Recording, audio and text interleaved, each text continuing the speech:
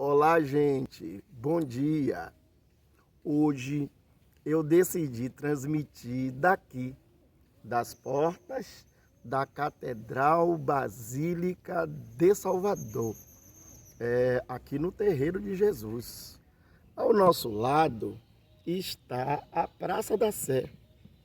Do outro lado, ali ao fundo, o prédio da Faculdade de Medicina. Primeira faculdade de medicina da Bahia e de toda a América Latina, fundada por Dom João quando esteve aqui na Bahia durante o período joanino. Seguindo mais um pouco, nós temos o monumento da Natividade, que representa os 4 principais rios da Bahia. Seguindo mais um pouco, nós temos a igreja de São Domingos, a igreja de São Pedro dos Clérigos e lá ao fundo a igreja de São Francisco. Lugar magnífico, lugar maravilhoso, porque faz parte da nossa história, faz parte do nosso memorial. Foi numa igreja como essa, uma catedral como essa, que pode ser representada aí na sua cidade como a Igreja da Matriz. Foi numa catedral como essa, naquelas portas, que o monge Martinho Lutero, no dia 31 de outubro de 1517, fixou um documento contendo 95 pontos daquilo que ele discordava da Igreja Católica.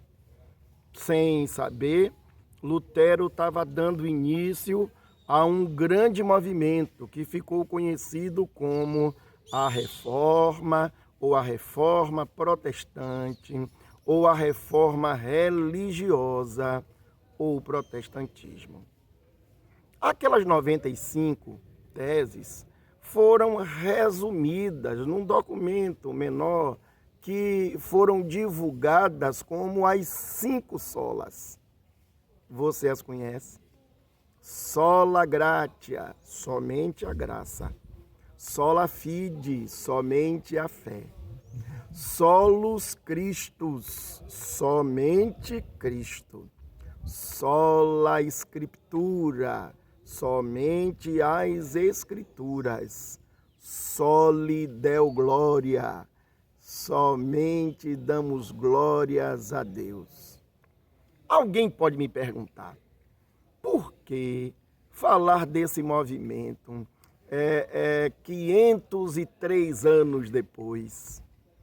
Gente, é muito importante nós entendermos esse movimento que causou um rebuliço naquela época e que traz repercussões até hoje.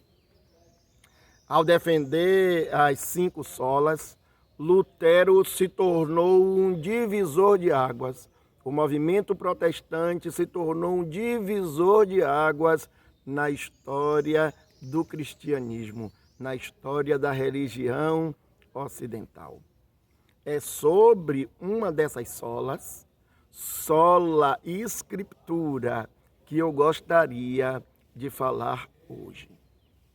Nós precisamos entender que naquela época a Bíblia era um livro proibido. É verdade. Você sabia que até as famílias mais nobres, aquelas mais ricas, aquelas que foram letradas, alfabetizadas, eles não tinham direito de ler a Bíblia? Você sabia que eles eram obrigados, constrangidos a aceitar a interpretação do padre, do bispo, do cardeal, do papa, né, sem ter acesso à sua própria interpretação? Naquela época, as missas eram rezadas em latim, e eu lhe disse nesse instante, né, que era uma língua somente dos letrados. Então, a maior parte da população que não havia estudado e não conhecia o latim ia para a igreja, assistia à missa, repetia aquelas palavras sem saber o significado delas. Essas missas, o padre as rezava olhando de frente para o altar e de costas para o povo. Ou seja, mais uma vez, o povo participava de uma cerimônia sem saber de fato o que estava sendo dito, o que estava sendo explicado e o que estava sendo repetido. Graças ao monge Martim Lutero e à defesa da sola escritura, as pessoas tiveram o direito de ter uma concepção diferente daquela do clero. Martim Lutero, ele defendia a democratização das escrituras, ou seja, que a Bíblia deveria ser ofertada, dado acesso a todas as pessoas, porque todos tinham o direito de lê-la, de compreendê-la e de interpretá-la. A partir daquele movimento, ninguém seria o dono da verdade. A Bíblia é a verdade. A Bíblia é a revelação de Deus para o homem, para a humanidade, e todos deveriam ter acesso a ela. Graças a Martim Lutero, a Bíblia foi traduzida do latim para o alemão, mais tarde para o francês e para o inglês, e um pouco mais tarde para o português nosso de cada dia. Então, graças ao monge Martim Lutero, você hoje tem acesso aí na sua casa à Bíblia, à leitura da Bíblia. É verdade que muitos de nós ainda não usamos esse direito de acesso que nós temos. Graças a Martim Lutero, as cerimônias religiosas, sejam elas missas ou cultos, passaram a ser celebrados na língua local. No nosso caso aqui, na língua portuguesa, para que todos pudessem entender e participar. A cerimônia, o padre ou o pastor passou a celebrá-la olhando para o povo de frente. Na nossa linguagem popular, olhando olho no olho. Isso foi uma revolução que democratizou o acesso às Escrituras. Hoje, século XXI, infelizmente, muitos líderes religiosos, e eu quero me dirigir especificamente aos protestantes ou evangélicos, como você deseja ser chamado. Muitos líderes religiosos estão voltando ao erro que nós já tínhamos corrigido. E qual é esse erro? Hoje, muitos deles, pastores, bispos, líderes, missionários ou qualquer outro nome que você queira utilizar, esses líderes religiosos, muitos deles se consideram os bambambãs, os tais, aqueles que têm acesso direto ao trono da graça de Deus, e eles, somente eles, têm a capacidade de compreender, de interpretar, porque Deus fala diretamente com eles e exclusivamente com eles. Por isso, muitos fiéis frequentam as igrejas, mas não têm acesso às Escrituras. Eles não leem as Escrituras.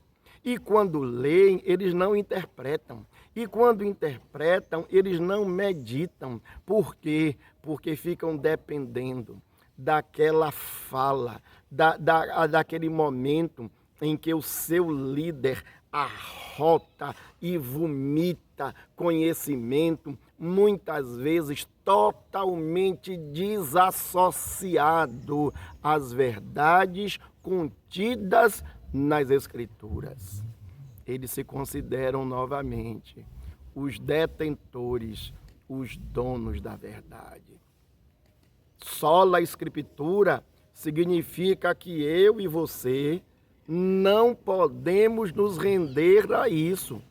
Eu e você não podemos abrir mão do nosso direito de ler as Escrituras do Velho ou do Antigo e do Novo Testamento e dessa forma conhecermos a Deus diretamente.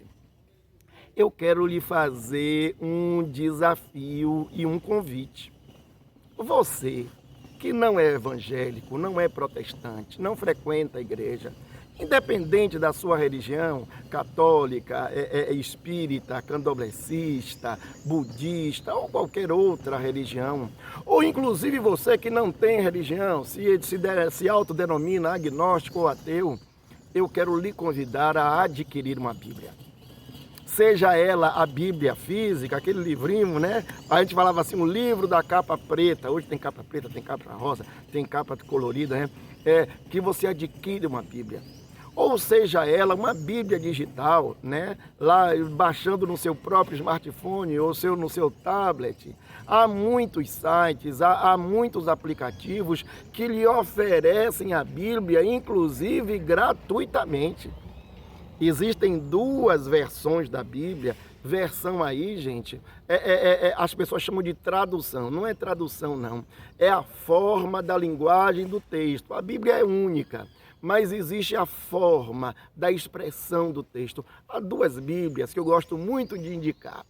A Bíblia Revista e Atualizada, ou Atualizada de Almeida, e a Bíblia na Nova Versão Internacional. Adquira uma Bíblia, compre uma Bíblia, tenha ela no seu tablet, tenha ela aí no seu smartphone, leia as suas passagens. Você que ainda não é evangélico, comece lendo, por exemplo, o Novo Testamento. Eu indico sempre, leia o Evangelho de João, porque no Evangelho de João você vai estar lendo os ensinos de Jesus. Depois leia os evangelhos, Mateus, Marcos e Lucas, que vão nos contar a própria história de Jesus e a sua missão na terra. Depois de concluir os evangelhos, leia o Novo Testamento todo. E aí volte para compreender o Antigo, leia e compreender o Antigo Testamento.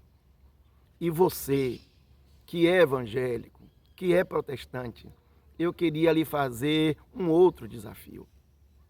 Aí na sua igreja, aí na sua congregação, aí no seu ministério, vocês têm um culto, têm um momento para o estudo da Bíblia pela Bíblia, da Bíblia explicando a própria Bíblia, né? Se você não tem, incite seu pastor, incite seu líder a criar um culto, um momento em que as pessoas vão lá para tirar dúvidas, não é somente para ouvir o pregador, não, mas para perguntar, para se colocar, para concordar, para discordar. Na minha igreja, por exemplo, nós temos a escola bíblica, nós temos a escola bíblica dominical. Para muitos, a sigla simples EBD. Não deixe de compartilhar, de vivenciar, de experimentar essa coisa maravilhosa que é o estudo das Escrituras. Sola Escritura. Hoje, dia 31 de outubro de 2021, nós estamos comemorando 503 anos da Reforma Protestante. Temos muito a comemorar, mas temos muito ainda a fazer. Reformados, mas sempre reformando. Que Deus te abençoe.